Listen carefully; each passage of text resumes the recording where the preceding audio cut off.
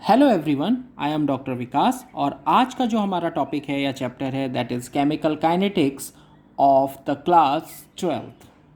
सबसे पहले हम स्टार्ट करेंगे उसकी डेफिनेशन से। The branch of chemistry which deals with the study of rate of reactions and the mechanism by which they occur is called chemical kinetics. Rate of reaction का मतलब यहाँ speed of reaction से है। और mechanism यानी कोई भी chemical reaction एक सिंगल स्टेप में नहीं होती, वो मल्टीपल स्टेप्स को प्रोसेस करते हुए प्रोडक्ट तक पहुंचती है। तो वो किस मैकेनिज्म से हो रही है, इस ब्रांच के अंडर में हम पढ़ते हैं। What is rate of reaction? The change in concentration of any reactant और product per unit time is called rate of reaction. हम जानते हैं कि सारी रिएक्शंस एक ही स्पीड से नहीं होती। कुछ रिएक्शंस ऐसी हैं कि जो बहुत फास्ट होती हैं और कुछ रिएक्शंस ऐसी होती हैं कि बहुत स्लो होती हैं। बहुत फास्ट रिएक्शन में हमारी आयनिक रिएक्शंस आती हैं। Ionic reactions like HCl plus NaOH gives NaCl plus water. Okay, ये आपकी आयनिक रिएक्शन की कैटेगरी में आएगी। ये रिएक्शंस बहुत फास्ट होती हैं और कुछ ही सेकेंड्स में ये क्या होती हैं, कंप्लीट हो जाती हैं। बट कुछ रिएक्शंस ऐसी होती हैं जो बहुत स्लो होती हैं। मॉलिकुलर रिएक्शंस में जैसे आपका रस्टिंग ऑफ आयरन का जो प्रोसेस है वो सेकेंड्स या वीक या डेज में होने वाला प्रोसेस नहीं है। उसको पूरा होने में यानी रस्टिंग के प्रोसेस को कंप्लीट होने में मंथ्स लग जाते हैं। तो इस तरह से केमिकल रिएक्शंस के जो रेट्स होते हैं, ठीक है, वो सभी रिएक्शंस के रेट्स जो होते हैं वो डिफरेंट होते हैं। नाउ कि rate of reaction is the change in concentration of any reactant और product per unit time. It can be represented as in the form of formula rate of reaction is equal to हो गया change in concentration of any reactant or product upon time taken for the change.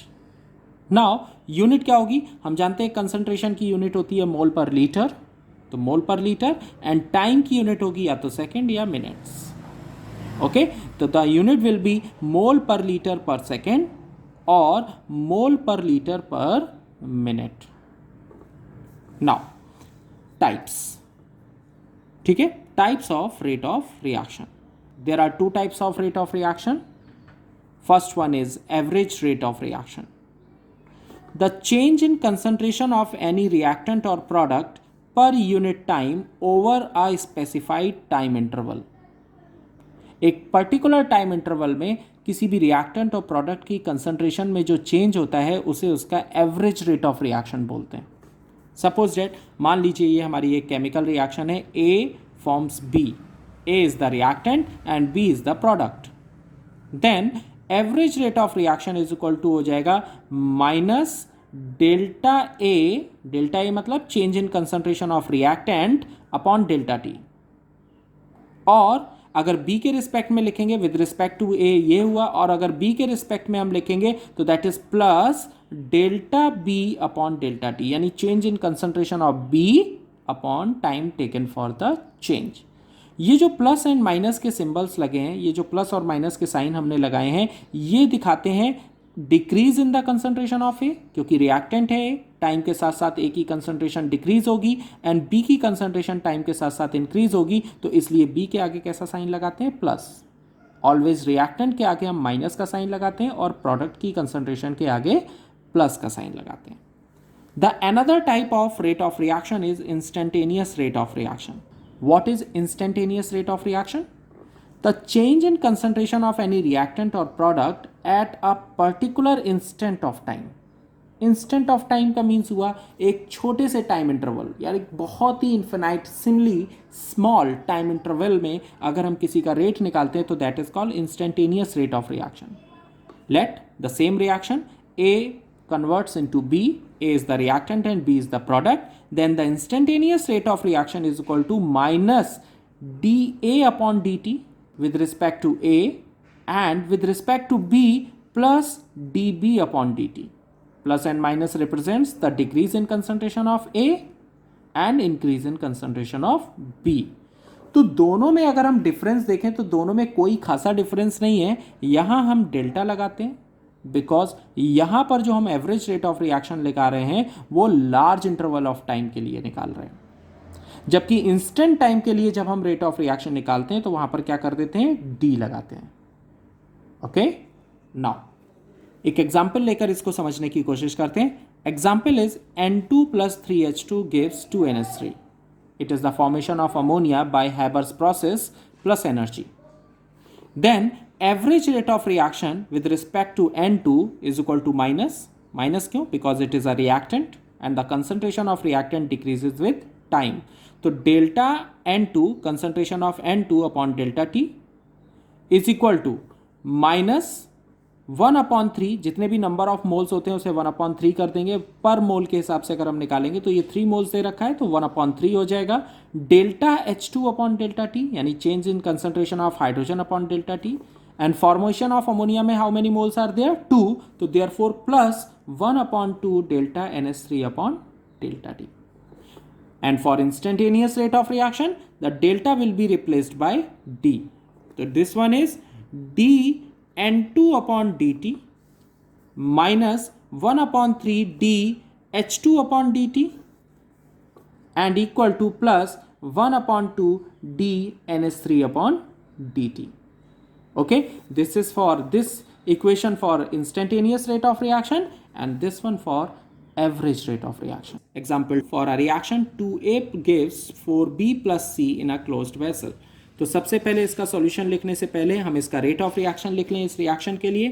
तो rate of reaction हो जाएगा -1/2 delta A upon delta T equal to plus 1/4 delta B upon delta T equal to plus delta C upon delta T. Okay, change in concentration of C upon delta T. Okay, now अब given क्या है, the concentration of B is found to be increased by इतना mole per litre in 10 second, यानी delta B is equal to given है आपका 5 × 10⁻³ इन 10 second. इतना concentration में change हो रहा है, तो therefore delta B upon delta T is equal to हो जाएगा 5 × 10⁻³ और डेल्टा T की वैल्यू कितना दे रखा है, 10 सेकेंड्स, तो it is equal to 5 × 10⁻⁴ mole per litre पर सेकेंड। ये हमारी वैल्यू आ गई डेल्टा P की। अब इस वैल्यू को इस इक्वेशन में हम पुट करेंगे तो सारी वैल्यूज हमारी निकल आएंगी। तो हम जानते हैं since -1/2 delta A upon delta T is equal to किसके बराबर है आपका, 1/4 delta B upon delta T के। यहां से देखिए इसको यहां पुट कर दिया। अब इस 2 को इधर ले जाइए या 2 से इसको डिवाइड कर दी तो ये हो जाएगा 2, तो देयरफॉर इक्वल टू हो जाएगा 1/2 इंटू इसकी वैल्यू को यहां से पुट कर दीजिए यहां पर, तो ये हो जाएगा 5 × 10⁻⁴ equal to 2.5 × 10⁻⁴ mole per litre पर सेकेंड। ओके, इसी तरह से विद रिस्पेक्ट टू अगर हम C निकालेंगे, यहां पर देखिए विद रिस्पेक्ट टू अगर C निकालेंगे तो कैसे निकालेंगे, तो ये हो जाएगा आपका plus delta C upon delta T is equal to 1/4 delta B upon delta T इसके बराबर है। तो ये हो जाएगा 1/4 × 5 × 10⁻⁴, इसकी वैल्यू उठा के यहां से रख लेंगे हम लोग, ठीक है। तो ये हो जाएगा आपका 1.25 × 10⁻⁴ मोल पर लीटर पर सेकेंड। ओके, तो इस तरह से हम लोग निकाल लेंगे with respect to C and with respect to B. Now the factors which affect the rate of reaction, वो फैक्टर जो रेट ऑफ रिएक्शन को क्या करते हैं, अफेक्ट करते हैं। The first one is nature of reactant. Nature of reactant, अगर polar और आयनिक रिएक्टेंट होंगे तो ऐसी रिएक्शंस फास्ट होंगी, और अगर मॉलिकुलर रिएक्टेंट्स हैं जिनमें आयंस प्रेजेंट नहीं होते हैं तो उनकी रिएक्शंस कैसी होती हैं, स्लो होती हैं। जो आयनिक रिएक्शंस हैं वो कुछ ही सेकंड्स में कंप्लीट हो जाती हैं, जबकि मॉलिकुलर रिएक्शंस को कंप्लीट होने में काफ़ी लंबा वक्त लगता है। Next, concentration of reactant. तो rate of reaction increases with increase in concentration because the increase in possibility of molecular collisions. जितने ज़्यादा नंबर ऑफ मॉलिक्यूल होंगे किसी भी रिएक्शन पॉट में उतने ही ज़्यादा उनके बीच कोलिजन्स होंगे, और कोलिजन्स अगर ज़्यादा होंगे तो रेट ऑफ रिएक्शन भी क्या होगा, ज़्यादा हो जाएगा। Next one is temperature. Now rate of reaction increases with increase in temperature. अगर हम टेम्परेचर किसी रिएक्शन का बढ़ाते हैं तो ऐसे में मॉलिक्यूल्स को ज़्यादा काइनेटिक एनर्जी मिलती है और उनके बीच कोलिजन्स होने के चांसेस बढ़ जाते हैं and becomes 2 to 3 times for each 10 degree rise in temperature. और जो रेट ऑफ रिएक्शन होता है, जो स्पीड ऑफ रिएक्शन है, वो करीब 2 से 3 गुना तक बढ़ जाती है अगर हम किसी भी रिएक्शन का टेम्परेचर 10 डिग्री सेल्सियस तक इंक्रीज करते हैं. नेक्स्ट है surface area. Rate of reaction increases with increase in surface area. Surface area जितना ज़्यादा होगा उतना ही उसका एक्सपोजर होगा. ठीक है, एक्सपोजर ज़्यादा होगा तो रेट ऑफ रिएक्शन भी क्या हो जाएगा, फास्ट हो जाएगा. ठीक है. Now another is catalyst. Catalyst, it provides the alternative path for the reactants to convert into product by decreasing the threshold energy barrier. किसी भी कैटलिस्ट होते क्या है? कैटलिस्ट एक ऐसे सब्सटेंस या केमिकल सब्सटेंस है जिनकी प्रेजेंस में रेट ऑफ रिएक्शन जो है वो अल्टर होता है. अल्टर मतलब इंक्रीज भी हो सकता है और डिक्रीज भी हो सकता है, मतलब चेंज हो जाता है. तो कैटलिस्ट जो होते हैं वो खुद केमिकल रिएक्शन में पार्टिसिपेट नहीं करते, बट उनकी प्रेजेंस में रेट ऑफ रिएक्शन क्या होते हैं, चेंज हो जाते हैं, बिकॉज क्योंकि वो रिएक्शन के लिए एक अल्टरनेटिव पाथ प्रोवाइड करते हैं. इसको हम एक ग्राफ की हेल्प से समझेंगे. The effect of catalyst can be seen by the following energy diagram. कैसे करके बनाएंगे, थोड़ा सा ध्यान दीजिएगा कॉपी पे. कि मान लीजिए एक हमने ग्राफ प्लॉट कर रहे हैं, ये इधर हमारा ये है कोर्स ऑफ रिएक्शन. ठीक है, और इधर का जो हमने पार्ट ले रखा है दैट इज एनर्जी. इसको एनर्जी ले लिया हमने. ओके. नाउ ये सपोज डेट यहां पर इस पॉइंट पर ये है एवरेज एनर्जी ऑफ रिएक्टेंट्स की एवरेज एनर्जी इसलिए लेते हैं क्योंकि सारे मॉलिक्यूल जो कि किसी एक रिएक्शन में प्रेजेंट होते हैं सभी की एनर्जी इक्वल नहीं होती, इसलिए हम उनकी एवरेज एनर्जी लेते हैं. नाउ यहां पर एक बैरियर है, ये हमने एक डॉटेड लाइन से बैरियर बना लिया, इसको बोलते हैं हम threshold energy barrier.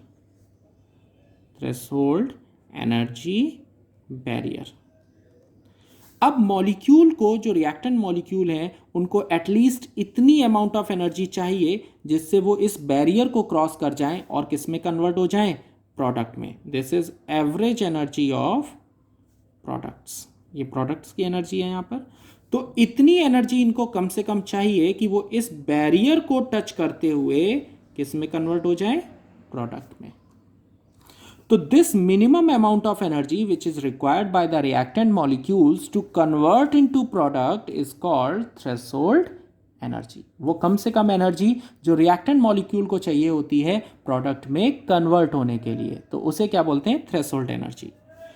Average energy और थ्रेशोल्ड एनर्जी के बीच में, यानी जो रिएक्टेंट मॉलिक्यूल की एवरेज एनर्जी है और थ्रेशोल्ड एनर्जी के बीच का जो ये गैप होता है that is called activation energy. Activation energy is the amount of energy which is required by the reactant molecules to cross the threshold energy barrier. Okay? Now, अब क्या करते हैं कि अगर हम इसमें कैटलिस्ट डाल दें तो कैटलिस्ट क्या करता है, इनके एनर्जी बैरियर को स्मॉल कर देता है, छोटा कर देता है. यानी जो थ्रेशोल्ड एनर्जी बैरियर है वो अब कैसा हो गया, छोटा हो गया. यानी ये मान लीजिए ये आपका हो गया EA डैश, यानी activation energy in the presence of catalyst.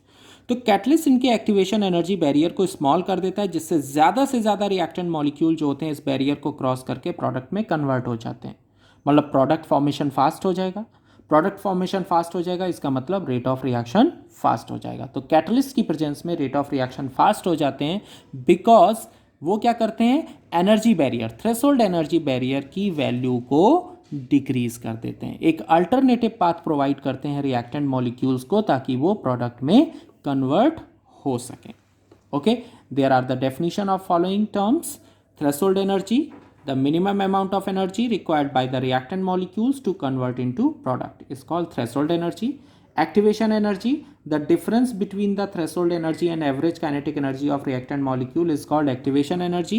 Enthalpy of the reaction, delta H से दिखाते हैं. The amount of energy released or absorbed by the chemical reaction during a chemical change is called enthalpy of the reaction. अगर इस graph में देखें तो what is enthalpy of reaction, तो देखिए ये आपकी एवरेज एनर्जी ऑफ रिएक्टेंट्स है, ये आपकी एवरेज एनर्जी ऑफ प्रोडक्ट है, इनके बीच का जो गैप है this is called enthalpy of the reaction, यानी कितनी एनर्जी एब्जॉर्ब हुई या रिलीज हुई। जैसे अगर रिएक्टेंट से प्रोडक्ट की एनर्जी अगर कम होती है तो इसका मतलब रिएक्शन एक्सोथर्मिक होती है। ये रिएक्शन किस तरह की है आपकी यहाँ पर, ये जो ग्राफ बना है वो एक्सोथर्मिक के लिए बना है, मतलब एनर्जी क्या हुई, रिलीज हो गई, इस वजह से प्रोडक्ट की एनर्जी रिएक्टेंट से डाउन हो गई। लेकिन अगर यही प्रोडक्ट की एनर्जी यहाँ पर होती, ऊपर की तरफ होती, तो रिएक्शन आपकी एंडोथर्मिक टाइप होती, मतलब रिएक्शन ने एनर्जी को क्या किया है, आउटसाइड से एनर्जी को एब्जॉर्ब किया है। नाउ कैटलिस्ट क्या होते हैं, दोज फॉरेन मटेरियल या chemical compounds which do not take part in chemical reactions but can alter the rate of reaction, मतलब can change the rate of reaction, speed of reaction are called catalyst. I hope आपको ये topic समझ में आ गया होगा और हमारे channel को आप सब्सक्राइब कर लीजिए, आने वाले टॉपिक्स के लिए हमें फॉलो कर लीजिए और बेल आइकन को क्लिक कर लीजिए। Thank you everyone, thank you for watching Gurukul classes.